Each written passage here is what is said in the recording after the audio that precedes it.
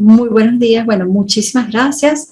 Eh, en representación de lo que es el campo temático educación digital, les voy a trabajar lo que es la ponencia bajo el título TICs en la investigación. Bueno, cuando hablamos de TICs en la investigación, estamos hablando de esa vinculación, ¿sí? De esa integración, cuando llevamos a cabo esos procesos investigativos, cómo yo puedo aprovechar el desarrollo de esos procesos, pero mejorarlos con la incorporación de las tecnologías de información y comunicación. Aquí tengo el temario que voy a trabajar el día de hoy. Están primero pautas iniciales de las TICs en investigación, investigar en la red, ¿sí? Esos identificadores de investigadores en la red, los repositorios en la web para lo que son búsquedas de corte académico científico, desde lo que es la parte institucional, las revistas, las tesis doctorales, los gestores de referencia que yo debo conocer y manejar, verificadores de revistas indexadas y arbitradas y por supuesto los organizadores de archivos en la nube. Bien, cuando vamos a iniciar lo que es la incorporación de las TICs en los procesos de investigación, yo debo tener unas pautas iniciales. En esas pautas iniciales está primero que yo cuento con muchísimas plataformas de búsqueda y que las más utilizadas desde el punto de vista académico deben ser aquellas que manejan unas bases de datos bastante amplias, que por supuesto tengan unos tiempos de búsqueda muy cortos y que aparte de eso pues tenga identificado esas publicaciones que sean veraces, que hayan sido corroboradas, comprobadas, que sean de corte científico. Por supuesto, la superabundancia de información y fuentes. Nosotros estamos dentro de la nube con una gran cantidad de productos de investigación y que de repente cuando nosotros queremos acortar esos tiempos de búsqueda, se nos van muchas horas hombre. ¿Qué es lo que nosotros tenemos que hacer? Nosotros debemos establecer criterios de búsqueda y luego de que ya tengo los criterios de búsqueda establecidos y que hago la respectiva visualización de esos productos de investigación, yo tengo que tener unos criterios de selección. Luego viene lo que es la autopercepción de dispersión.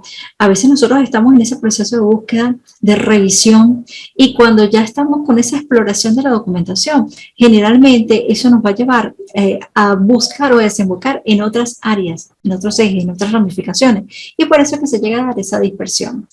Está también la accesibilidad a fuentes de consultas, a lecturas e informaciones. Nosotros a veces tenemos algunos temas de investigación y enfocamos su problematización o la problemática que queremos abarcar.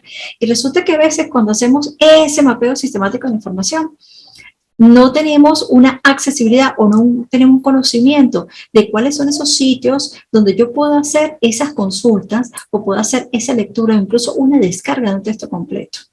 Y también están las transformaciones en los modos de lectura. Generalmente nosotros venimos bajo un proceso tradicional de hacer un modo de lectura impreso, pero hoy día estamos en la presencia de un formato de lectura de pantalla, que también por supuesto podemos bajar el formato en forma de ebook y empezar el proceso que no sea solamente online, sino que también sea fuera de línea. Y está también el performance académico y científico. Todo eso es lo que menciona en este caso Lien Joaquin en el año 2015. Bien, cuando yo hago esa integración de lo que es las tecnologías en esos procesos de investigación, yo debo considerar las competencias tecnológicas investigativas. Y entonces aquí es donde yo planteo que, bueno, primero nosotros debemos navegar en las redes. Para hacer esa navegación efectiva, tengo que buscar. Luego que yo hago ese proceso de búsqueda, establezco una localización de esos elementos o productos para luego hacer una revisión y luego hacer esa revisión, hacer un proceso de selección. Y por supuesto luego generar mi repositorio con esas búsquedas específicas, que son materiales que me van a servir mucho más adelante. Luego viene a recoger esa información en nuevos escenarios y con diversos formatos. Bueno, nosotros hoy día, por ejemplo, podemos estar trabajando lo que son las videoentrevistas o entrevistas en formato de video. Nosotros podemos conectarnos a través de una herramienta de videoconferencia, establecer esa entrevista y, por supuesto, estoy recogiendo en un nuevo escenario y en diferentes formatos, porque ya no sería un formato de audio, sino que puede ser un formato de video, o puede ser un formato de texto, o un formato de imagen o de foto. También, otra de las competencias es procesar la información en formato digital. Nosotros cuando ya tenemos a nuestra disposición, ya sea ese archivo de audio, de video, de texto, de imagen, tenemos que contar con un conjunto de herramientas para hacer ese procesamiento. Debemos organizar y estructurar los datos recogidos en aplicación informática. Generalmente nosotros contamos con editores de texto, también con hojas de cálculo o con procesadores en base de datos o simplemente con organizadores de información o con aplicaciones que me permiten organizar o estructurar para propiamente hacer el análisis de los datos. Por eso es que hay un trabajo de corte interactivo y en red con otros investigadores. Cuando nosotros estamos haciendo una búsqueda inicial sobre lo que es la temática, qué tanto existe sobre ese tema, qué tanto se ha investigado y se ha indagado, qué resultados de investigaciones tengo por ese tema, entonces allí es donde se hace trabajo interactivo, es donde yo busco esa información con otros pares, donde lo busco de repente en unas redes de colaboración. Por supuesto, está también manejar herramientas para la generación de materiales informativos. Una vez que yo ya tengo los resultados de mi investigación, yo tengo que iniciar lo que es un informe, una presentación de esa información. Para ello existen un conjunto de herramientas que facilitan la transcripción y la presentación de esa información y, por supuesto, hacer su respectiva disertación o publicación. También está socializar los hallazgos o resultados de la investigación en redes de colaboradores, en congresos virtuales. También lo podemos hacer en publicaciones de corte científico y arbitrado. Y de hecho también podemos solicitar incorporación en diversos repositorios o en base de datos en la web. Está también lo que es la divulgación de la información en plataformas de difusión online. Esto es que yo de repente pueda incorporar esos elementos, publicarlos en algunos sitios específicos para hacer su respectiva difusión. Y finalmente, una vez que yo hago esa integración efectiva, yo puedo manejar los procesos de forma mucho más rápida y más idónea y con mayor grado de credibilidad. Bien, pero ¿qué involucra investigar en la red? Bueno, primero que nada, yo tengo que tener a mi disposición los identificadores de investigadores en la red, pero también tengo que estar en un proceso de búsqueda de información académica y científica, pero propiamente en repositorios de corte institucional, en base de datos en la web y plataformas de búsqueda de corte académico científico. También voy a trabajar lo que es la organización y transcripción de documentos. Esto es que tenga a mi disposición lo que son editores en línea para lo que es la transcripción y presentación de esa información, lo que es el almacenamiento en la nube para poder estructurar y organizar mis propias búsquedas y, por supuesto, los organizadores online para yo poder estructurar por categorías cada uno de los elementos que se van generando y finalmente lo que son los gestores de referencias para yo poder garantizar lo que es el proceso de citación. Y finalmente las herramientas antiplagio para decir qué tan el grado de asertividad de la autoría de esa información. Cuando hablamos de lo que es la recogida y presentación de información, bueno, tanto en el registro oral, escrito y video, yo tengo que conocer o manejar lo que son las plataformas de videoconferencia, las herramientas de comunicación e interacción y sobre todo colaboración, y por supuesto, herramientas de presentación de la información. Cuando hablamos de lo que es la sistematización de la información, entonces yo allí tendré que manejar algunas herramientas para lo que es el análisis de datos, tanto de corte cuantitativo como de corte cualitativo, que es cuando ya algunos hablan, bueno, si yo lo quiero hacer de corte cualitativo, podría trabajar con InVivo, con otras TI, bueno, entre otras. En cambio, cuando hablamos de corte cuantitativo, generalmente se van con las herramientas de Microsoft Excel o también con SPSS. Está también finalmente lo que es la socialización de la información. Cuando yo ya llego a esa parte, yo tengo que manejar plataformas de difusión, redes de colaboración, incluso de corte institucional o de generado por los propios investigadores y también espacios de publicación masivos en la web. Bien. Si empezamos a hablar de lo que son los identificadores en la red, bueno, esto me va a permitir que cada uno de los investigadores que están en la red posean su identificación única, ¿sí? Lo cual lo va a diferenciar de otros investigadores. Por supuesto, esto surgió dada la necesidad que había de que existían muchísimos materiales que no estaban reconocidos por las diferentes autorías y que necesitaban tenerlos en un mismo lugar. Entonces se crearon estos identificadores, los cuales iban a permitir almacenar todos sus productos que probablemente tenían alguna diferencia en los nombres, pero que pertenecían a ese autor en particular. Bien. Algunos de los identificadores más utilizados, yo empezaría primero con ORCID. ORCID es un proyecto de código abierto que fue diseñado más que todo para generar un identificador único y que sobre el mismo se pudiera garantizar en este caso la autoría o la distinción de las producciones de corte científico y académico de los diferentes investigadores. De hecho, este es un sistema de referenciación muy utilizado. También está Scopus, que en este caso es donde cada autor se va a indexar en una base de datos, y esto es un sistema que tiene un identificador numérico que se genera automáticamente. De hecho, me permite sobre todo que él haga ese agrupamiento de todas esas publicaciones, donde él haga esa distinción con la de que es la diferenciación de ortografía, incluso de algunos caracteres específicos dentro de lo que es el nombre del investigador o del autor. Y Publons, generalmente estos son un traslado de todos los registros o perfiles de investigadores que se manejaban anteriormente en ResearchGPT, que migraron a esta plataforma Publons. Y Publons también tiene digamos, la función de que a través de él se puede hacer un proceso de arbitraje entre pares, ¿ok?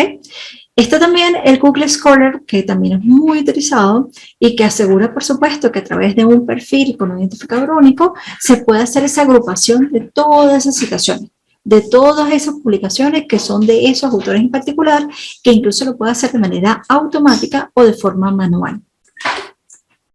Bien, cuando hablamos de repositorios, porque inicialmente cuando nosotros comenzamos a hacer nuestro proceso de investigación, nosotros decimos, bueno, yo voy a primero definir un tema. Y cuando yo voy a hacer esa selección de ese tema, lo primero que yo hago es hacer una búsqueda sobre qué existe acerca de esa temática, qué investigaciones se vienen trabajando, qué publicaciones hay al respecto. Entonces, claro, ya cuando yo entro a un repositorio, ese repositorio es ese conjunto de espacios virtuales con un soporte de base de datos. Pero en esa base de datos voy a conseguir documentación de corte científico, dependiendo, por supuesto, del repositorio que yo vaya a utilizar, y allí voy a tener diferentes productos, y en estos productos van a tener unos formatos como materiales docentes, videos, tutoriales instruccionales informativos, también va a tener colecciones de investigadores, diferentes campos temáticos, y también objetos de aprendizaje generados propiamente para impartir instrucciones y desarrollo de contenidos programáticos. Y están también los libros digitales y, por supuesto, ese conjunto de revistas con las colecciones volúmenes disponibles con cada uno de sus textos en formato de texto completo. En los repositorios tenemos dos tipos de repositorios. Podemos tener repositorios institucionales o repositorios temáticos. Los repositorios institucionales son estos que dependen de una institución o una organización de corte educativo o incluso científico, donde todos los miembros de esa institución hacen diferentes publicaciones y todas están agrupadas en un repositorio. Y por supuesto están estructuradas por categorías. En cambio, los repositorios de corte temático son esos repositorios en los cuales un conjunto de investigadores hacen sus búsquedas y publican información y documentos referidos a una temática en concreto. Bien, pero cuando estamos hablando de estos repositorios de corte institucional, yo puedo tener los que son de acceso libre y abierto, que pueden ser de consumo masivo para cualquier usuario en la web, porque resulta que hay otros que amerita que yo tenga un registro de usuario y que pertenezca a la institución. Esos ya no serían de acceso libre y abierto. Está también lo que son los repositorios de revistas arbitradas e indexadas y, por supuesto, los repositorios de tesis doctorales, esas bases de datos donde yo puedo conseguir tesis de especialización, de maestría, de doctorado. Bien, ahora, algunos ejemplos, les voy a dar algunos sitios que yo he visitado y que me gusta muchísimo para lo que es la consulta y la búsqueda de información con respecto a algunas temáticas, y que está, por ejemplo, el CRI, que es el Centro de Recursos para la Pesquisa y la Investigación, que es propiamente la Universidad de Barcelona. También está el Cielo, que es una biblioteca digital, que más que todo está conformada por esa colección de revistas de corte científico de España como tal. Está también DigitalSys, que es un repositorio del Consejo Superior de Investigaciones Científicas, donde usted va a conseguir de forma organizada un conjunto de resultados de investigaciones, pero en código de acceso abierto, ¿ok? Bien, algunas bases de datos en la red. Bueno, yo sugiero, por ejemplo, Redalit, que es una red de revistas científicas que es de acceso abierto y, por supuesto, propiedad de la academia. También está LatinDesk, que es ese sistema regional de información en línea, pero más que todo para revistas de Latinoamérica. Está Scopus, que es una base de datos por excelencia, donde se manejan esas citas, esos resúmenes, lo que son las revistas diferentes que han sido revisadas por pares como tal. Algunos repositorios de tesis doctorales online, bueno, por ejemplo, está Teseo, ese sistema manejador de base de datos de esas revistas, que algunas están texto completo, y estos solamente los resúmenes, que se han trabajado a nivel nacional en España. También está Dialnet, que son esas bases de datos de contenidos científicos, pero de lenguas iberoamericanas como tal. Allí ustedes van a conseguir artículos de obras colectivas, libros digitales, actas de congreso, reseñas bibliográficas. Y por supuesto, tesis doctorales. Y está la NTLTD, que en este caso es un repositorio, un metadatos de tesis, donde ustedes van a conseguir tesis de maestría, disertaciones, tesis de doctorado. Bien, pero ¿cuáles serían algunos de sus criterios para lo que es la selección de recursos en la red? Bueno, según Capó, nosotros primero tenemos que revisar es la autoridad, o sea, quién es el autor o los autores de esa obra. También está lo que es la precisión, qué tan preciso desde el punto de vista del diseño metodológico está estructurado. La objetividad que se está manejando, por supuesto, la vigencia, ¿sí? Desde cuándo está publicado, la cobertura y la credibilidad que se viene manejando de esa información. Bien, dentro de lo que es la integración de las TIC con la investigación, tenemos los gestores de referencia. Si nosotros queremos asegurar lo que es la autoría e incluso manejar un sistema eficiente de citación, debemos manejar los gestores de referencia. Los gestores de referencia fueron creados como un software para poder manejar esas referencias bibliográficas. Algunos son de corte gratuito, otros son de pago, con su versión Premium, Pro, y permite, por supuesto, que usted pueda hacer referencias, que pueda manejar imágenes, que pueda almacenar, que pueda administrar, gestionar y, sobre todo, buscar esas referencias que usted ha venido trabajando en una librería de corte personal. Uno de los ejemplos, por ejemplo, es PicMe. Esta aprovecha todas las bases de datos externas y él permite que usted vaya llenando de forma rápida esa información y vaya generando su bibliografía. Y también maneja lo que es adjunto la herramienta de antiplagio, pero solamente para hacer esa revisión en pequeños párrafos. Ya en su versión Pro, pues tiene mayor acceso a otras prestaciones. Está Zotero, que Zotero me encanta, por excelencia creo que es mi herramienta predilecta.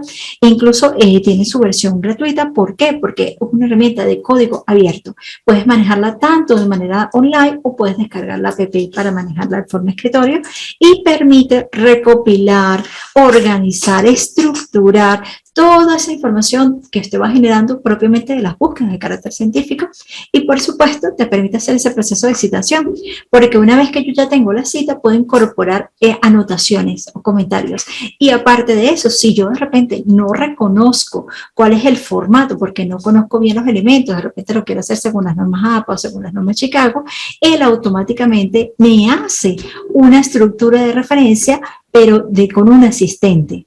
Entonces es mucho más sencillo, simplemente proporciona la URL donde se encuentra alojado ese documento o ese paper o ese producto y automáticamente me genera lo que es la referencia.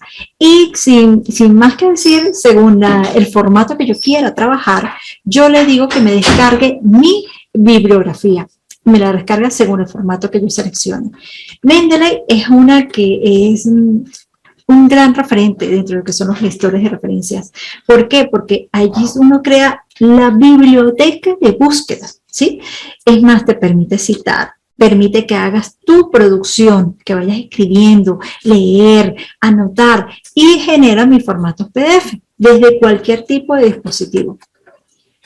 Otro de los archivos que tenemos que trabajar como investigadores y esa vinculación de las TIC son los sistemas de archivos en la nube, esos organizadores de contenido. Generalmente lo que más se utiliza es Drive, OneDrive, Dropbox. Yo ahorita estoy incorporando Wake, que propiamente Wake no es un sistema de archivos en la nube, pero sí viene siendo un organizador de contenido. ¿Por qué? Porque me permite estructurar de acuerdo a categorías, es más que todo un curador de contenidos. Yo voy buscando algunos materiales y los puedo ir organizando y tener mi propio repositorio. También es importante que nosotros manejemos algunas herramientas antiplagio y en estas herramientas antiplagio nosotros sabemos que han sido generadas como un software para verificar la veracidad de esas producciones. O sea, estas por general van a producir o van a generar, valga la redundancia, un documento con las estadísticas de coincidencias, indicando por supuesto el autor, el sitio donde se extrajo la información original. Yo sugiero manejar, por ejemplo, Beeper, que tiene su versión gratuita, también tiene su versión de pago, pero una vez que uno se incorpora en lo que es la página Beeper, uno puede hacer una revisión de documentos de hasta 30.000 palabras por semana, ¿ok? Y una de las ventajas es que maneja textos en español y tiene una amplia base de datos. Otro que también tengo posicionamiento allí sería Plegadisma, que también es una herramienta gratuita que permite que usted, cuando una vez que usted se registra, porque si usted ingresa a la página sin un registro, usted puede hacer solamente revisión de pequeños párrafos, pero si usted crea su registro de usuario, amplía un poquito más las opciones, ¿no? Y permite que usted revise hasta 3 documentos diarios. Está vinculado con algunos buscadores, como es el caso de Google Académico, de Bing, de Yahoo, Google Books. Y otra también por excelencia, pero es un programa de plagio muy completo, en su versión de pago, es Turnitin, o que también podría estar en algunas instituciones académicas que se suscriben a ese programa. Es más que todo utilizado en España, ¿sí? Y por supuesto que es una plataforma de plagio súper completa. Creo que es la que tiene una mayor base de datos y permite generar un informe estadístico muy detallado y preciso con respecto a los niveles de coincidencia. Bien. Bueno, finalmente cierro con que la tecnología, este es un pensamiento de Muhammad Yunus. Él es un emprendedor, investigador y precisa que la tecnología es importante, pero lo que realmente importa es qué hacemos con ella. Cómo le sacamos el mejor beneficio y aprovechamiento de sus bondades. Y por supuesto, mejoramos los procesos que se llevan de forma manual. Bueno, que tengan un feliz día y muchísimas gracias por su atención.